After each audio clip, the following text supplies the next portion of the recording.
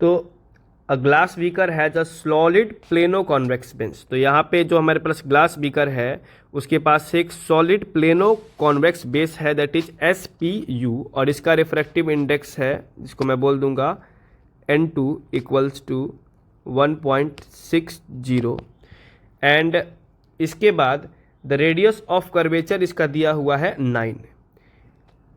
The planar surface S2U act as a mirror, इस पे क्या कर दिया, मिरर, इसकी सिल्वरिंग कर रखी है।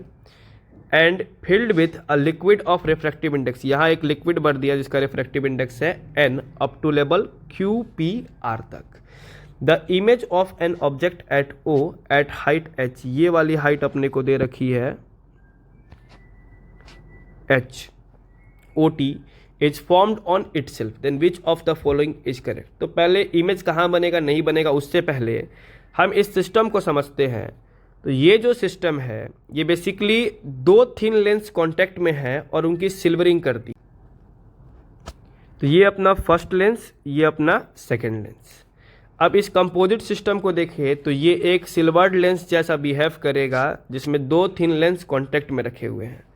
तो हमको पता है कि सिल्वर्ड लेंस का फॉर्मूला होता है 1/f equals to 1/fm, that is focal length of mirror, minus 2/fl। But यहाँ पे दो लेंस हैं जो कांटेक्ट में रखे हैं, तो 1/fl that is lens formula लगा सकते हैं जो कांटेक्ट में लेंसेस है, तो 1/f1 प्लस 1/f2 लिख सकते हैं।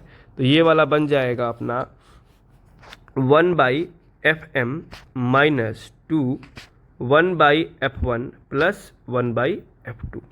अब ये 1/f1 और 1/f2 कितना है, तो उसके लिए हम यूज करेंगे लेंस मेकर फॉर्मूला।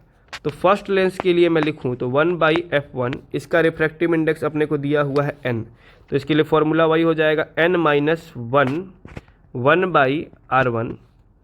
पर लेंस मेकर फॉर्मूला ही देख लेते हैं, 1/r1 माइनस 1/r2, जहाँ r1 r2 फर्स्ट और सेकेंड सरफेस का रेडियस ऑफ कर्वेचर होता है।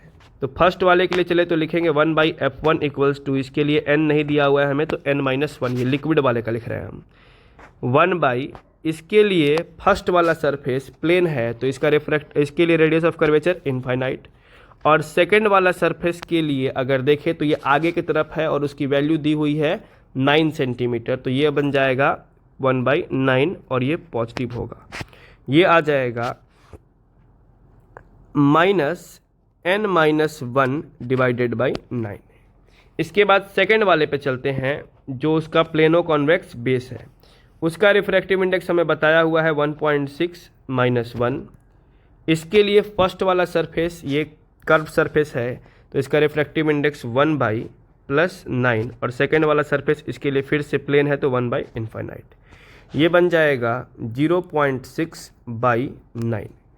अब अगर आगे हम कंपोजिट सिस्टम पे वापस आते हैं तो ये जो मिरर है, मिरर के लिए हम देखें तो ये प्लेन मिरर है तो इसका फोकल लेंथ हो जाएगा अगेन 1/∞ माइनस 2 1/f1, तो f1 हमने निकाला हुआ है minus n minus 1 divided by 9, और f2 निकाला हुआ है 0.6 डिवाइडेड बाई 9।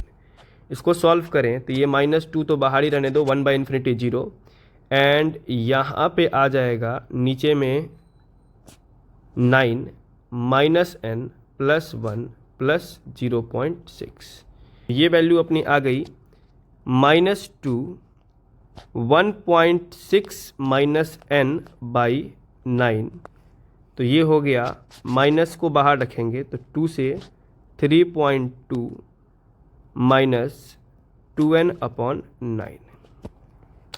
अब ये जो सारा अरेंजमेंट है वो बेसिकली बिहेव कर रहा है एक मिरर के जैसा, जिसका फोकल लेंथ नेगेटिव ही आएगा क्योंकि जब रे आएगी तो ऐसे रिफ्लेक्ट होकर ये वापस जाएगी तो इमेज कहीं इधर ही बनेगी।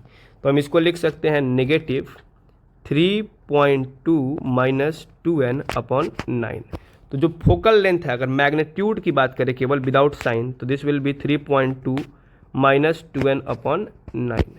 अब यहाँ से आगे क्वेश्चन पे आते हैं वापस से। तो बोला है कि if the image of object O at height h is formed on itself.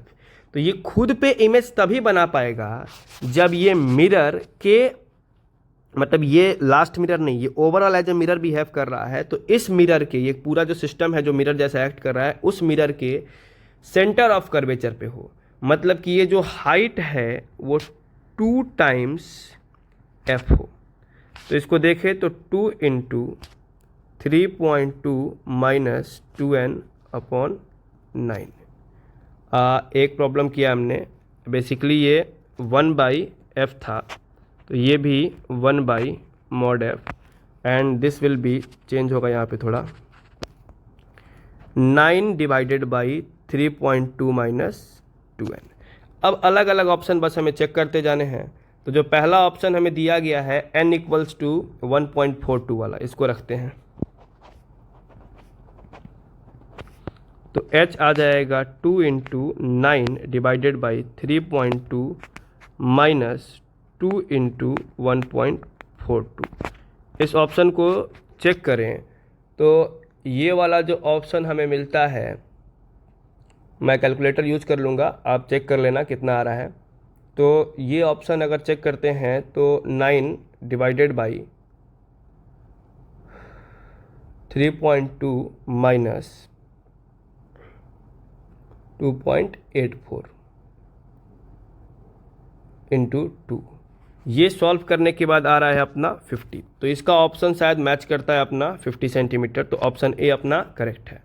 फिर चेक करते हैं 1.35 के लिए, तो सेकेंड वाला ऑप्शन n इक्वल्स टू 1.35, तो ये हो जाएगा h equals to 2 into 9 3.2 minus 2 into 1.35। ये वाला ऑप्शन भी जब चेक करेंगे तो ये आ जाएगा 2 इंटू 1.35 करेंगे तो 2.7, एंड 3.2 माइनस 2.7 कर लिया तो 0.5, 9 डिवाइडेड बाई 0.5 18 इंटू 2, यानी कि फाइनली आएगा 36। तो ये ऑप्शन भी अपना करेक्ट है कि सॉल्व करने के बाद ये आ रहा है अपना 36।